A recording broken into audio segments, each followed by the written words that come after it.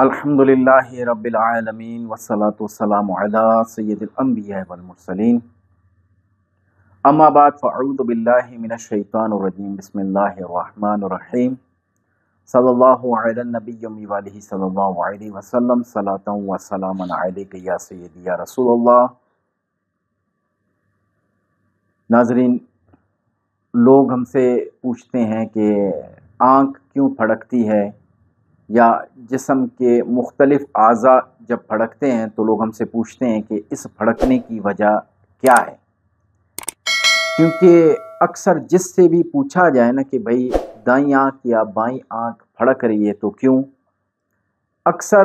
یہ کہتے ہیں کہ یہ کچھ بھی نہیں ہے، بس جو ہے بدشگنی جو ہے اسلام میں حرام ہے، اس طرح جو ہے آپ نہ سوچا کریں۔ وجہ اس کی کوئی نہیں بتاتا کہ یہ آخر کار پھڑک کیوں رہی ہے آنکھ، کیا وجہ ہے۔ ایک جو ہے اگر طبی حوالے سے دیکھا جائے تو بعض تھائرائیڈ کے مریض ہوتے ہیں، اس کی وجہ سے ہوتا ہے، شوگر کی وجہ سے، جس کی وجہ سے اعصاب کمزور ہوتے ہیں، تب جا کر مختلف جگہیں جو ہے پھڑکنا شروع ہو جاتی ہیں۔ اور اسی طرح جو ہے کوئی اگر کہیں ملازم ہے تو اس پر کام کا زیادہ پریشر ہے، تو اس پریشانی کے سبب سے بھی جو ہے یہ اعضاء اور آنکھ وغیرہ یہ پھڑکتے ہیں۔ دوسرا کہ جو زیادہ پریشان اور غمزدہ رہتا ہے تو اس بندے کی بھی جو ہے آنکھ یا دیگر اعضاء جو ہے وہ پھڑکتے رہتے ہیں۔ یہ پھڑکنا جو ہے اس کے لیے جو ہے روایتیں تک ہیں کہ جب یہ چیزیں پھڑکتی تھی تو جب بھی کسی بزرگ کی بارگاہ میں جا کے حاضر ہوا جاتا تھا اور ان سے عرض کی جاتی تھی تو وہ اس کا دم کیا کرتے تھے، دم کر دیا کرتے تھے، ان کا یہ پھڑکنا ختم ہو جاتا تھا۔ تو یہ جو ہے پھڑکنا اعضاء جو ہے یہ زیادہ تر شیطان کی طرف سے ہوتے ہیں، لیکن اس پر جو ہے کبھی بھی واقعی بدشگنی نہ کی جائے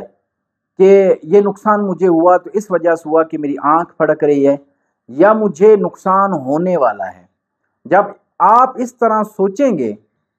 کہ ابھی یہ میری پھڑکنا شروع ہو گئی ہے تو نقصان ہونے والا ہے، تو اس صورت میں شیطان جو ہے زیادہ مضبوط ہو جاتا ہے اور واقعی وہ چیز ہو جاتی ہے جو آپ چاہتے ہو۔ اور دوسرا جو ہے بعض جو چلا کر رہے ہوتے ہیں لوگ، جو کسی کی شاگردی میں ابتدائی جو ہے وہ سیکھ رہے ہوتے ہیں عملیات کے کام، تو وہ بھی ان کے بھی جو ہے اسی طرح اعضاء پھڑکتے رہتے ہیں۔ وہ جو چیزوں کی تسخیر کر رہے ہوتے ہیں تو وہ تسخیر کی ہوئی چیزیں جو ہے اس سے اپنے موجود ہونے کا، موجودگی کا احساس دلا رہی ہوتی ہے کہ ہم موجود ہیں۔ اور اسی طرح بعض اوقات استاد کامل نہیں ہوتا، پھر وہ بندہ جب باموکل وظیفہ کر رہا ہوتا ہے تو وہ جنات کی تصغیر کرنے سے پہلے خود ہی جو ہے مسخر ہو جاتا ہے، تو پھر وہ اپنے آپ کو بھی اجاڑ دیتا ہے، اپنے گھر کو بھی اجاڑ دیتا ہے، تو اس شخص کے بھی اعضاء اسی طرح پھڑکتے رہتے ہیں۔ اور بعض عاملین ہوتے ہیں، وہ عاملین بھی جو ہے جس بھی بندے کا مسئلہ جب ان کے سامنے پیش کیا جائے، پھر اس کے جو ہے مخصوص جو اعضاء ہوتے ہیں جیسے کہ دائیں اور بائیں، پھر وہ اس مسئلے کو جو ہے پھڑکتی ہے، جو دایاں بازو پھڑکے گا تو اس کے حساب سے اس کو مسئلہ بتائے گا، جب بائیں بازو میں جو ہے اس کی پھڑکنا یا حرارت محسوس ہوگی تو اس کے مطابق وہ اگلے کو مسئلہ بتا دیا کرے گا۔ یہ بعض عاملین ایسے ہوتے ہیں کہ جن کے محسوس کرنے کی حس بڑھ جاتی ہے، تو جب وہ ان چیزوں کو محسوس کرتے ہیں تو تب جا کر جو ہے وہ ان کو اشارے اس چیزوں کے ملتے ہیں۔ تو جب بھی جو ہے کوئی اگر اعضاء پھڑکتے ہیں جو روحانیت سے بالکل دور، جو چلہ کشی نہ کرتے ہوں، نہ وظائف پڑھتے ہوں، پھر بھی اس کے باوجود جو ہے اس کے اعضاء پھڑک رہے ہوں، اگر وہ طبی کوئی مسئلہ نہیں ہے،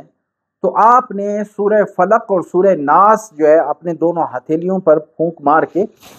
جسم پہ، اور جو جگہ جو ہے آپ کی وہ پھڑک رہی ہے ان جگہوں پر مل دیا کریں،